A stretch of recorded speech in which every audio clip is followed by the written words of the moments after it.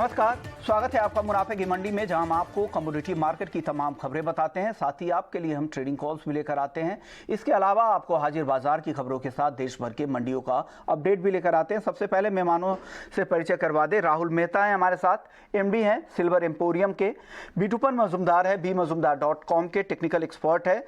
गंगाना commodity limited से अमित खरे होंगे, जिनसे हम एग्री मार्केट की स्ट्रैटेजी समझेंगे। साथ ही हमारे साथ भार्गव वैद्य साहब होंगे, जो BN वैद्य एसोसिएट से हैं। उनसे बुलियन मार्केट की रणनीति समझेंगे कि क्या करना चाहिए, ट्रेडर और निवेशकों को किस तरह की रणनीति बुलियन मार्केट में बनानी चाहिए। लेकिन सबसे पहले आपको टॉप 10 खबरें बता देते हैं। गोल्ड और सिल्वर 59,300 के आसपास MCX पर सोना है, हल्की तेजी यहां पर दिख रही है। और चांदी की अगर बात करें तो 71,200 के आसपास यहां पर भी दायरे में कारोबार हो रहा है।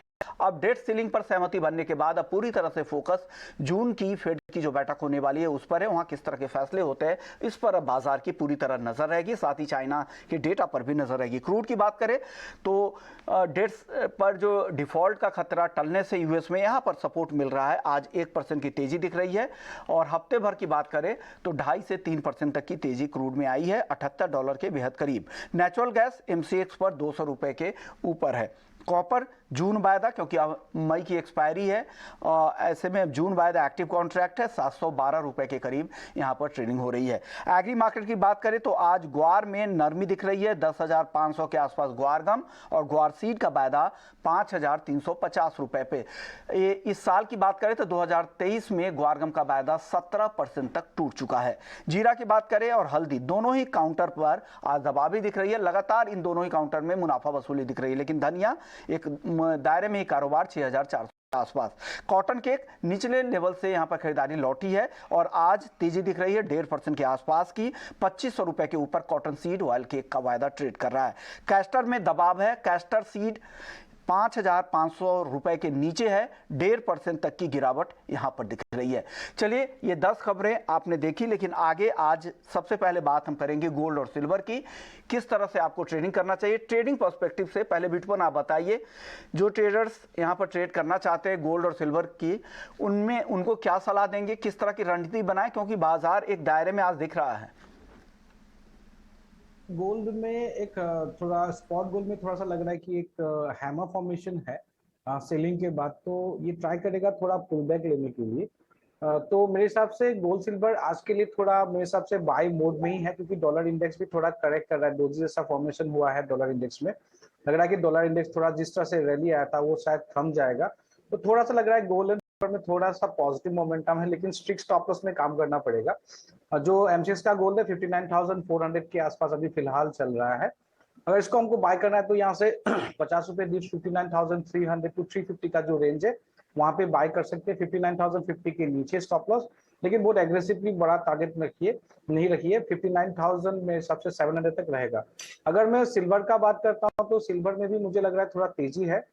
अभी 71,385 के आसपास है, तो 71,000 के आसपास इसको बाय करना है। 71,800 तक इसका या 72,000 नेक्स्ट टू ये अपसाइड टारगेट रहेगा।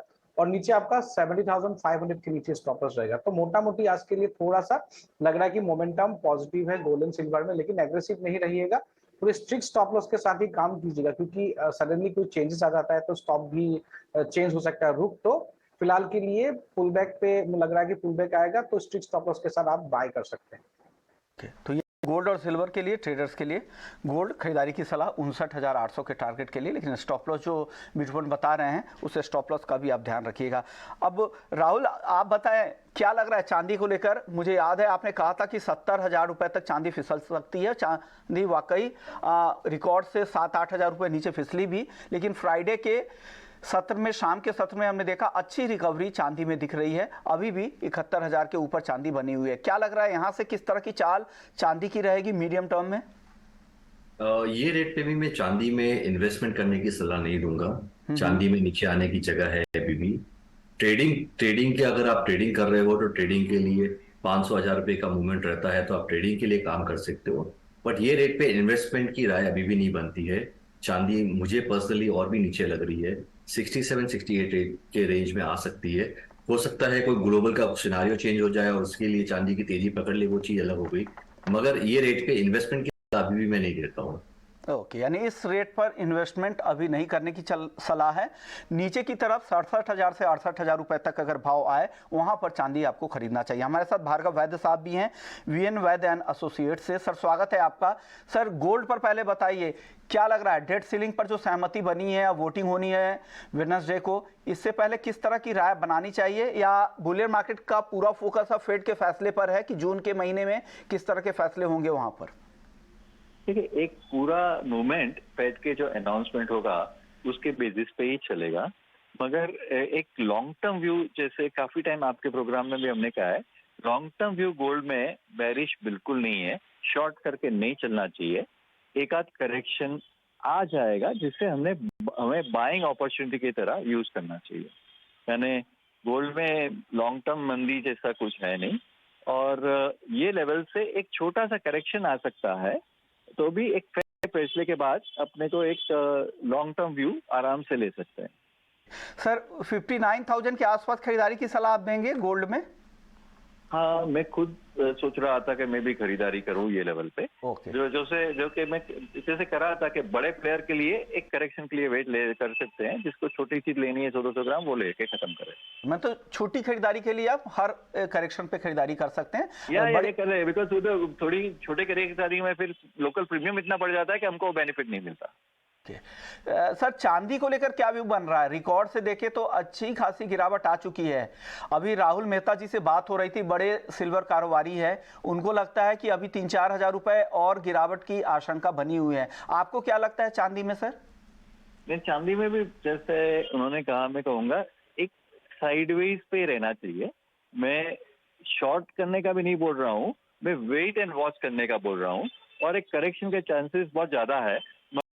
ये इन्होंने जिस तरह से राहुल भाई समझा रहे थे कि भाई एक नीचे की मूवमेंट दिख रही है, तो भी एक नॉर्मल आदमी को मैं शॉर्ट करने की सलाह नहीं दूंगा, बिकॉज चांदी में कोई भी एक नीचा कभी भी आ सकता है।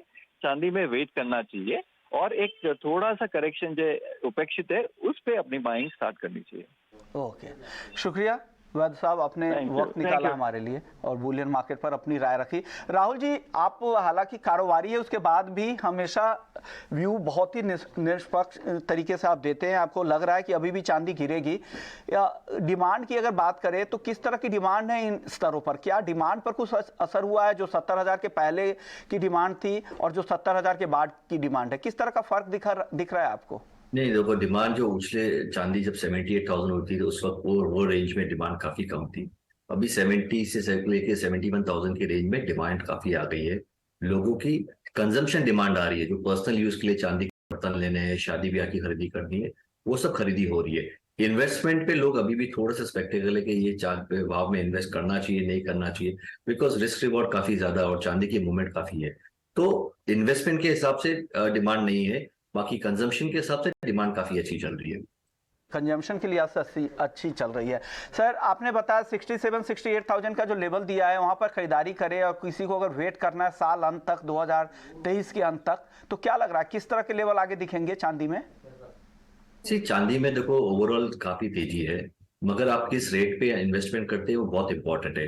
जब चांदी 78 चल रही थी, मैंने काफी लोगों का कहना था कि चांदी 80,000 हो जाएगी, 85,000 हो जाएगी, इन्वेस्टमेंट की सलाह दे रहे थे। तभी भी मेरा व्यू क्लियर था कि चांदी नीचे का भाव आएगा तब आपको इन्वेस्टमेंट अपॉर्चुनिटी मिलेगी, और अभी भी मुझे लग रहा है कि नीचे की थोड़ी जगह है जहां पे लोगों को इन्वेस्टमेंट अपॉर्चुनिटी मिलेगी। अगर किसी को लगता है कि मेरे को लॉन्ग टर्म के हिसाब से इन्वेस्टमेंट चालू करना है तो ये इन पे छोटा इन्वेस्टमेंट चालू कर सकते हैं, मगर नीचे की मुझे भी अभी भी लग रहा है कि 67 से 68 चांदी आ सकती है। शुक्रिया राहुल जी, आपने वक्त निकाला और चांदी पर अपनी राय रखी। चलिए आगे बढ़ते हैं, बात कर लेते हैं क्रूड की, जहां पर रिकवरी दिख रही है, आज भी 1% तक की तेजी है। बिटूपन, क्या लग रहा है कच्चे तेल में किस तरह की स्ट्रेटजी के साथ काम करना चाहिए कच्चे तेल में?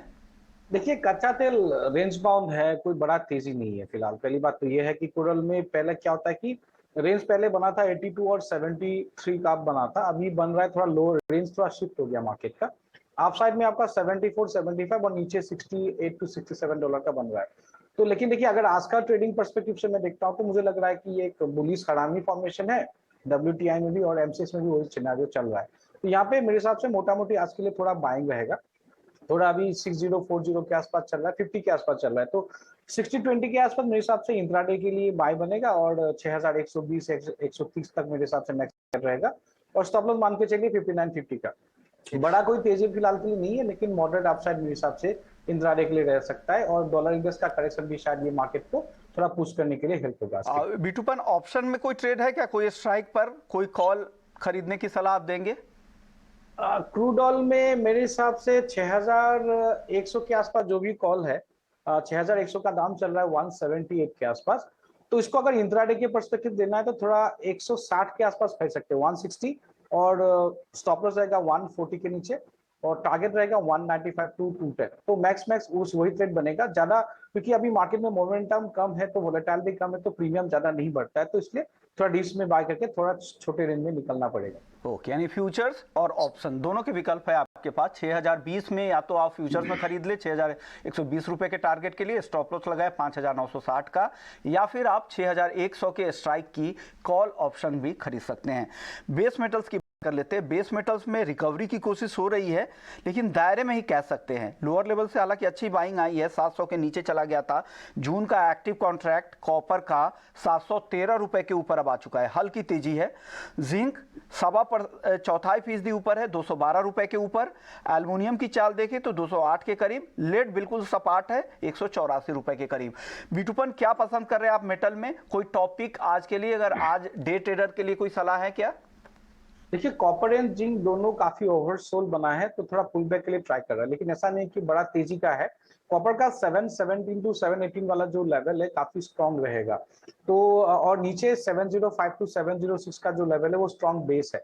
तो मेरे हिसाब से अभी यहाँ से 713 से थोड़ा मार्केट डीप आता है 708, 709 या 707 तक भी, तो वहां पे मेरे हिसाब से कॉपर बाय करना चाहिए। 717 का मेरे हिसाब से टारगेट रहेगा और 702 के नीचे स्टॉप लॉस मेंटेन करे उसके आसपास। जिंक में भी सिनेरियो वही है। देखिए, दोनों में भी जिंक एंड कॉपर में थोड़ा टेक्निकली बाउंस बैक का सिनेरियो बन रहा है। एक डोजी कैंडल बना हुआ है और एक सपोर्ट के आसपास ही, और डोजी कैंडल जनरली एक काफी एक्सटेंसिव डिक्लाइन के बाद बताता है कि मार्केट में थोड़ा सेलिंग यहाँ पे मोमेंटम रुक रहा है, तो इसमें फॉलो थ्रू बाइंग आना पड़ेगा। और जिंक में देखिए, जिंक में मुझे लग रहा है कि 209 के आसपास बाई कर सकते हैं। अभी 212 है, 209 के आसपास मेरे हिसाब से बाइंग रहेगा। ये गैप फिलिंग करने के लिए कोशिश करेगा 215 टू 216। अगर 209 में मैं जिंक बाय करता हूं तो मैं 206 के नीचे स्टॉप लॉस मेंटेन करना पड़ेगा। सेम कॉपर में भी, जब मैंने बताया था कि कॉपर एंड जिंक में दोनों अगर डिप्स आता है इंट्राडे में, तो वहां पे मेरे हिसाब से बाइंग जनरेट करना चाहिए, क्योंकि अभी तो लग रहा है कि थोड़ा सा मार्केट यहाँ से रिकवरी करने के लिए कोशिश करेगा 1-2 दिन के लिए। नेचुरल गैस, यहाँ पर भी आज हल्की रिकवरी हो रही है।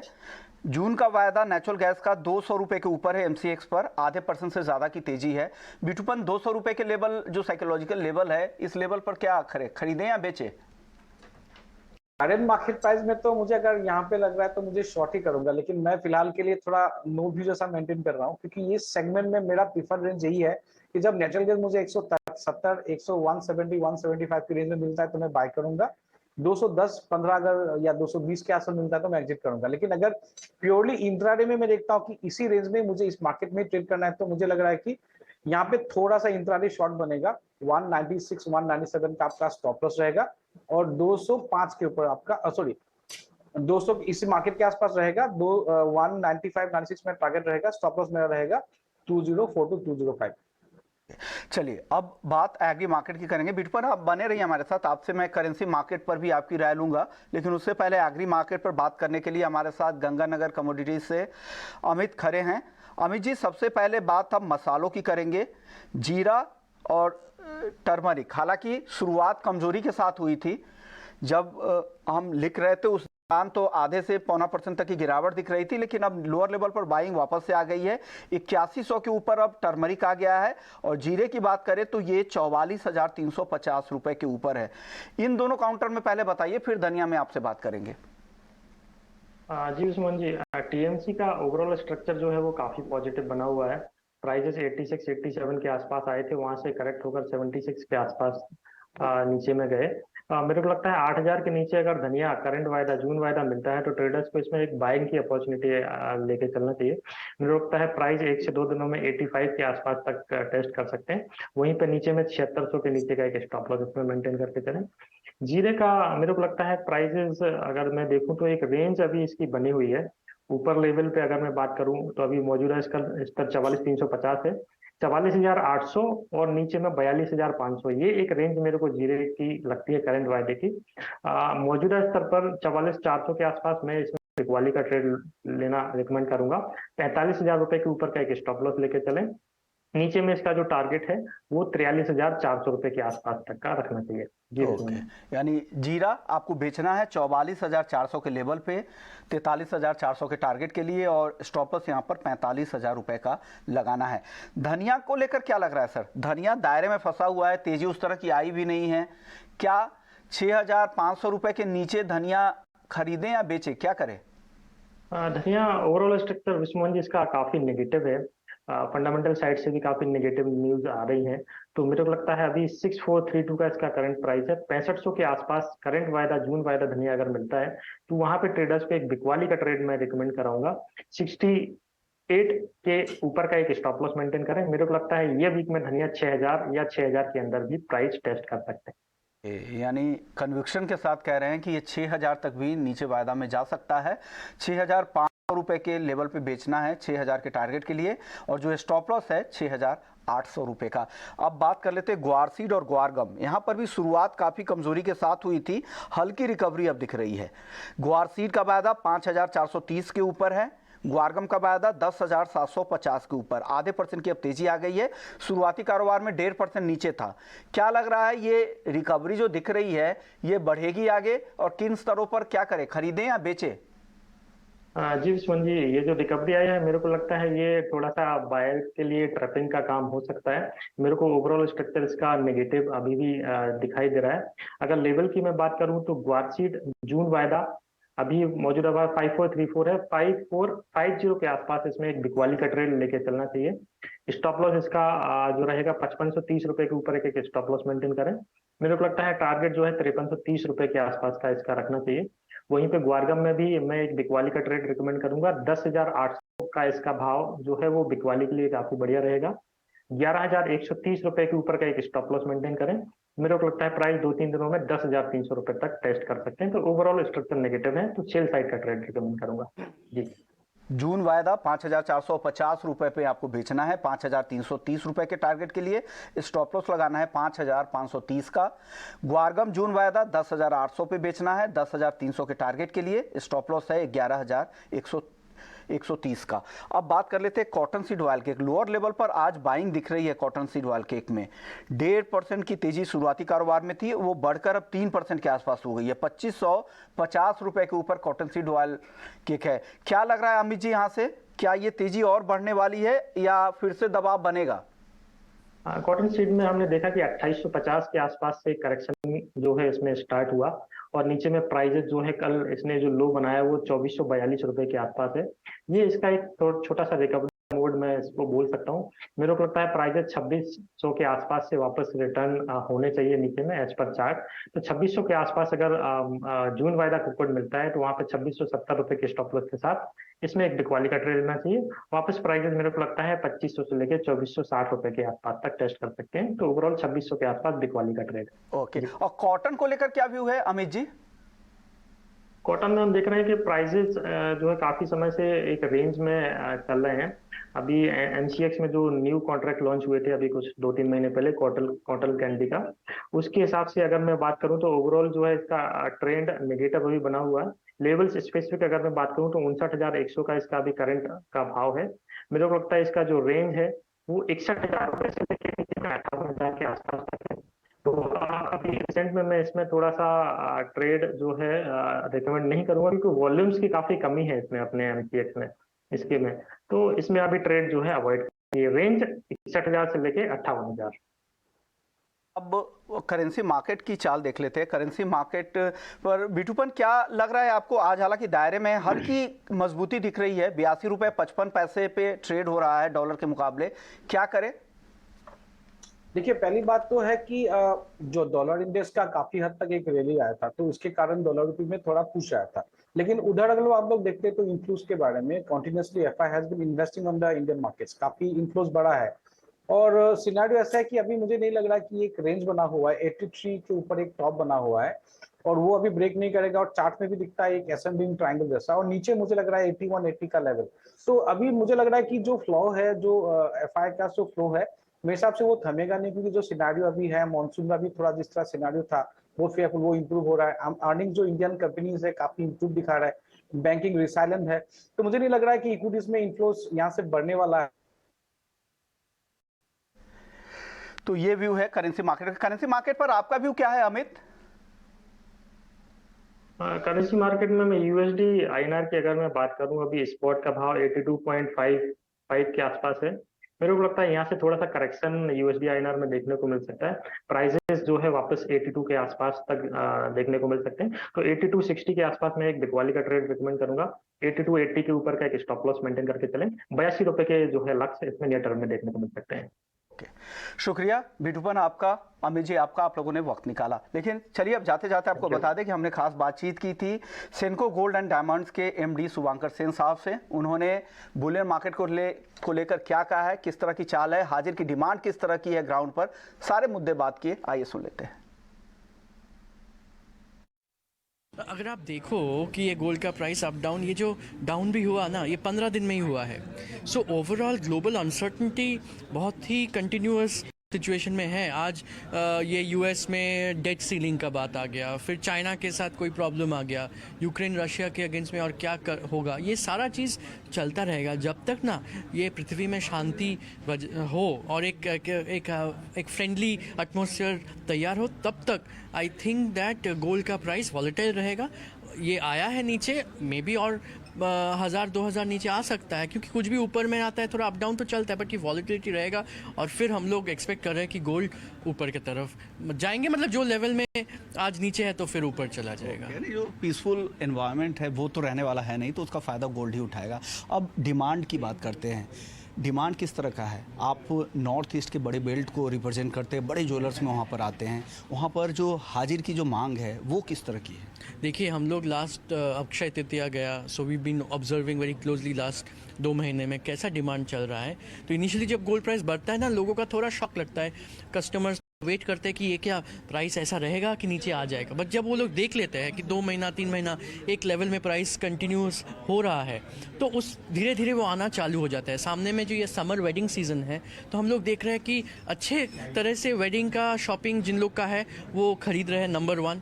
सेकेंड, हम लोग देख रहे हैं कि लोगों का घर में जो पुराना सोना है, अभी जैसे HUID हॉलमार्किंग का कस्टमर का डिमांड है कि HUID वाला ज्वेलरी ले। सो जो ओल्ड ज्वेलरी है वो भी लोग आके एक्सचेंज करके नया ज्वेलरी ले रहे हैं। सो एक है लिक्विडिटी कैश के अगेंस्ट में कितना ले रहे हैं, और एक है कि ओल्ड गोल्ड के अगेंस्ट में कितना ले रहे हैं। बट जिनका घर में ज़रूरत है, वो सोना के ऊपर उनका ज़रूरत, प्यार, वो मतलब वो कंटिन्यूस है। और एक इंटरेस्टिंग है कि 14 carat 18 carat jewellery, light weight jewellery जो वर्किंग वुमेन डेली वेयर के लिए है, उसका एक डिमांड पैरेलली बढ़ रहा है, ताकि लोगों को लॉकर का ज्वेलरी ना रहे, यूज़ करने जैसा ज्वेलरी रहे। ओके। और हमने MPJ ज्वेलर्स के डायरेक्टर सौमिक रॉय चौधरी से भी बातचीत की थी। उनका बुलियन मार्केट को लेकर क्या व्यू है, आइए वो भी सुन लेते हैं। देखिए, ये शॉर्ट टर्म में और लॉन्ग टर्म का बात है, तो ख़रीदारी करना चाहिए नहीं करना चाहिए। हम तो ज्वेलर है, हम तो हमेशा ही बोलेगा कि don't time your prices, always go and by, eventually it will catch up.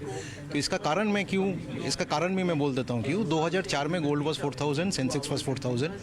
2023 में सेंसेक्स इज 61,000, गोल्ड इज 62,000। तो eventually it will always catch up. Last 4 साल में गोल्ड का प्राइस डबल हुआ है, तो अभी खरीद के अगला 2 महीने में बढ़ेगा या 2-4 महीने में बढ़ेगा, ये कहना बहुत मुश्किल होता है। That is speculation. But if you don't go for speculation, but अगर लॉन्ग टर्म व्यू है तो you should never time the price, you should always go and by. बहुत अच्छा जवाब आपने दिया कि टाइम मत करें, और पता नहीं कि कब क्या भाव हो जाएगा, लेकिन लॉन्ग टर्म में हमेशा अच्छे रिटर्न दिए हैं और 4 साल में दोगुना हुआ जैसा ऐसा कहा है, और हमेशा एक कंसिस्टेंट रिटर्न तो गोल्ड से मिलता ही है। अब सवाल सर डिमांड की बात करते हैं।